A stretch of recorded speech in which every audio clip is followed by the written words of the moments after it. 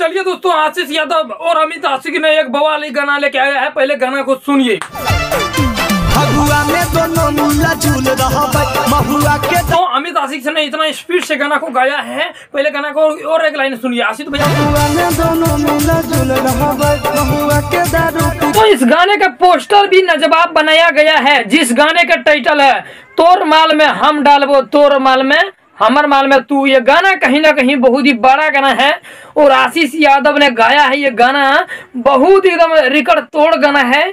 तो आप लोग सुनिए, यूट्यूब पे ये गाना आ चुका है दोस्तों। ये गाना गर्दा मचा रहे हैं अभी, और ये गाना काफी रिस्पॉन्स भी जा रहा है, व्यू भी जा रहे हैं। और जितना भैया लोग हैं इस गाने को सर्च कीजिए और सुनिए, और बहुत ही लाजवाब गाना है।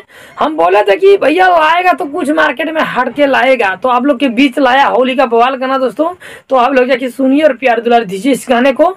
और जितना भाई लोग चैनल पे जुड़े हैं तो चैनल को सपोर्ट कीजिए, ज्यादा से ज्यादा प्यार दुलार दीजिए ऐसी मनती ब्लॉग को।